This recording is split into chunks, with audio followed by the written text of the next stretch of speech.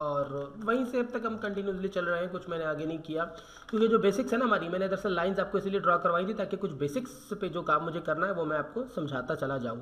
अच्छा जी, इस क्लास में दरअसल मुझे आपको क्या समझाना था, इस क्लास में पहले मैं दरअसल आपको कुछ अलाइनमेंट्स के मुख्तलिफ टूल्स बता देता हूँ ताकि फिर इंशाल्लाह ताला जो फीचर हमें काम करना है उस पर हम काम कर सकें, ठीक है ना। सो फर्स्ट ऑफ ऑल देखें, अगर आप सिंपल DAL प्रेस करते हैं ना, DAL, तो इंटर करने के सूरत में देखें, मिसाल के तौर पर आपने DAL प्रेस किया, DAL इंटर किया आपने, 1 क्लिक, सेकंड क्लिक, 1 फिट और तकरीबन 4.9 इंच, ठीक है, 1 फिट और 4.9 इंच, ठीक है ना। अब इसी तरीके से अब मिसाल के तौर पर इसकी हाइट क्या है, अब मैं यहाँ पे क्लिक करता हूँ, अब मैं यहाँ पे क्लिक कर रहा हूँ बाकायदा, यहाँ पे क्लिक करता हूँ, यहाँ पे क्लिक करता हूँ, तो देखिए मुझे ये साइज़ क्या दे रहा है, मैं आपको दोबारा बताता हूँ। डिलीट, मैंने इस पर क्लिक किया, एक पॉइंट मैंने ये बता दिया, एक पॉइंट मैंने ये बता दिया, देखिए ये मुझे थोड़ा सा अजीब सा साइज़ दे रहा है, ये देखें ये लाइन जो है यहाँ से यूँ आ रही है। अच्छा, ये ऊंचाई में इसने साइज़ दे दिया, ये तो नहीं चाहिए था मुझे। डिलीट, एक पॉइंट यहाँ देता हूँ मैं, और second point should be here. अब देखिए थोड़ा सा ये साइज़ मुझे, अच्छा देखिए यहाँ से लेके यहाँ तक मुझे खाली 1 फीट दे रहा है साइज़ है, मुझे 1.9 इंच दे रहा है। देखिए फीट का साइन क्या होता है, फीट के साइन में आपके पास सिंगल कोट आता है और इंच के साइन में डबल कोट आता है, इस बात को ध्यान में रखिए। फीट के साइन में सिंगल कोट आता है, इंच के साइज में, इंच के साइन में डबल कोट आता है। तो ये 1.9 इंच दे रहा है, साइजिंग में बराबर है दोनों, लेकिन मुझे 1.9 इंच क्यों दे रहा है ये, ठीक है, ये इसलिए दे रहा है क्योंकि मैंने इसको अलाइंड व्यू में नहीं देखा। जब कोई ऐसी आपके पास, ये हमेशा अगर आप सिंपली अगर आप डायमेंशन लेंगे ना, जैसे यहाँ पे क्लिक किया आपने, यहाँ पे क्लिक कर दिया, तो देखिए आपको ये जो नीचे लेके जाता हूँ 1 फीट और 1.8 इंच देता है, ऊपर लेके जाता हूँ तो अलग साइज़ मुझे देता है, ठीक है ना। हालांकि 1.4 इंच जो ये ऑब्जेक्ट है हमारे पास, ये 1.8 दे रहा है, ठीक है ना।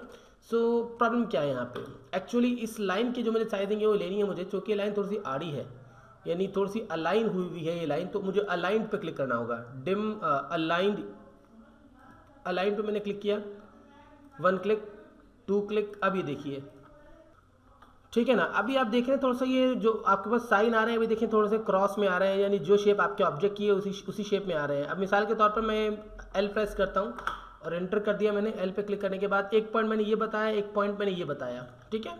अब मैंने स्केप कर दिया, अच्छी खासी लंबी लाइन है हालांकि। अब मैं यहीं पे क्लिक करता हूँ, एक क्लिक मैंने यहाँ किया, एक क्लिक मैंने यहाँ किया, स्केप, उसके बाद मैंने दोबारा स्पेस लगा दी, स्पेस से कमांड बैक हो जाती है, लाइन की कमांड दोबारा आ जाती है। एक क्लिक में यहाँ करता हूँ, एक क्लिक में यहाँ कर देता हूँ, देखिए ठीक है। तकरीबन यहाँ से लेके यहाँ तक ये लाइन सबसे बड़ी है, लेकिन देखिए यहाँ से शुरू हो रही है, शुरुआत और अख्ताम दोनों का एक जैसा ही है, लेकिन लाइन ये वाली बड़ी है। देखिए ये यहाँ से शुरू होती है, ये बात दोनों लाइन है, ये ख़त्म यहाँ पे हो रही है, तो एक हिसाब से देखा जाता है ये दोनों बराबर से शुरू और ख़त्म हो रही है ना। अब आप सिंपल वाला जो लीनियर है इस पर आपने यहाँ पे क्लिक किया और यहाँ पे क्लिक किया, तो देखिए 7.6 इंच। अब आप दोबारा इसी पे क्लिक करते हैं, एक क्लिक आप यहाँ करते हैं, एक क्लिक आप यहाँ कर देते हैं, देखिए 9.8 इंच दे रहा है आपको, ये 9.8 इंच दे रहा है, ऊंचाई 9.8 इंच है। यानी कि अगर आप यहाँ पे क्लिक करेंगे ना दोबारा, तो एक क्लिक यहाँ पे करेंगे, एक क्लिक यहाँ पे करेंगे, देखेंगे आपको क्या देगा ये 9.8, यानी इस लाइन के मुताबिक आपको इसने साइज यहाँ पे भी दे दिया, ठीक है ना। लेकिन अगर मैं क्लिक करूंगा ना अलाइंड के ऊपर, तो मैं क्लिक यहाँ पे करूंगा और एक क्लिक में यहाँ पे करूंगा, मुझे अलाइंड वे में मुझे रिजल्ट देगा। और मैं इसको कितना दूर ले जाना चाहूँ ना, लास्ट क्लिक को मैं ले जा सकता हूँ, थर्ड क्लिक को मैंने यहाँ क्लिक कर दिया, देखिए 1 फीट और 0.3 इंच एक्चुअल इसका साइज़ था। ये होती है दरअसल अलाइंड डायमेंशन, अलाइंड में लेने के लिए, अलाइंड में लेने का तरीका है ये। लेकिन अगर देखें मैं DAL प्रेस करता हूँ, DAL और इंटर, एक मिनट सॉरी, DAL मैंने प्रेस करके इंटर कर दिया। अब देखिए मैंने यहाँ पे क्लिक किया और मैंने यहाँ पे क्लिक किया, तो देखिए मुझे सिंपली क्या रिजल्ट मिलता है 9.8। दोबारा मैं DAL प्रेस करता हूँ या स्पेस लगा देता हूँ, 1 क्लिक एंड सेकंड क्लिक, तो ये मुझे 1 इंच और 0.3 इंच देता है, 1 फीट और 0.3 इंच देता है। यानी DAL प्रेस करने के बाद अगर आप किसी अलाइंड ऑब्जेक्ट के ऊपर जाएंगे तो ऑटोमेटिकली वो आपको अलाइंड वे में रिजल्ट देगा।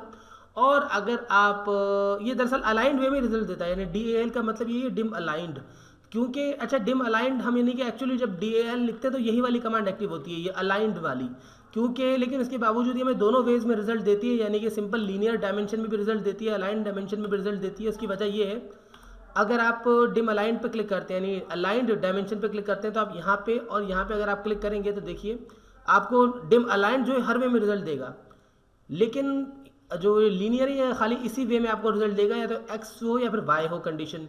लेकिन अगर आप डिम अलाइन पे क्लिक करेंगे तो ये आपको सेंटर वाली कंडीशन है, जो कोई एंगल दिया गया स्पेसिफिक, तो उसकी भी आपको ये वैल्यू निकाल के दे देता है, ठीक है। ये इन दोनों में फ़र्क है। अब तीसरी चीज़ हमारे पास क्या आती है, एंगुलर।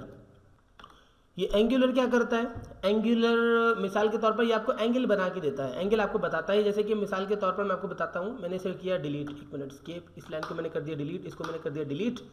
अब ये जो दरमियान में जो हमने ऑब्जेक्ट बनाया ना, ये मैं एंगुलर पे अगर क्लिक करता हूँ ना, एंगुलर पे, तो मुझे दोनों ऑब्जेक्ट सेलेक्ट करने होंगे।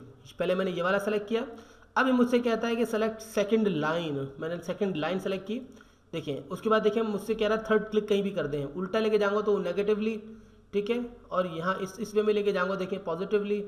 ये देखें 53 के एंगल पर ये, अच्छा यहाँ से अगर हम उल्टा लेके जाते हैं तो ये जो है 127 है। लेकिन अगर हम दोबारा मैं क्लिक करता हूँ एंगुलर के ऊपर ही, एक ऑब्जेक्ट ये सिलेक्ट किया, ये सिलेक्ट किया मैंने, पॉजिटिवली लेके जाता हूँ, देखिए 53 रिजल्ट हमारे पास आता है। कंट्रोल Z, ठीक है, कंट्रोल S सेव करता हूँ, बारी बारी में सेव भी करता चला जा रहा हूँ, ठीक है ना। ये देखिए 53 फीट 53 का एंगल है ये दरअसल। अब एंगल्स कैसे होते हैं ये भी इंशाल्लाह ताला तफसीलन काम करेंगे। मैं वैसे एक लाइन पे क्लिक करता हूँ, मैंने एक इधर क्लिक किया और मैंने सीधा इधर क्लिक कर दिया और एक मैंने इधर क्लिक कर दिया। अब मैं देखना चाहूँगा कि इनका एंगल क्या है, इनका एंगल क्या है, तो बल्कि इसी क्लास में मैं आपको तफसीलन समझाता हूँ एंगल के हवाले से ना।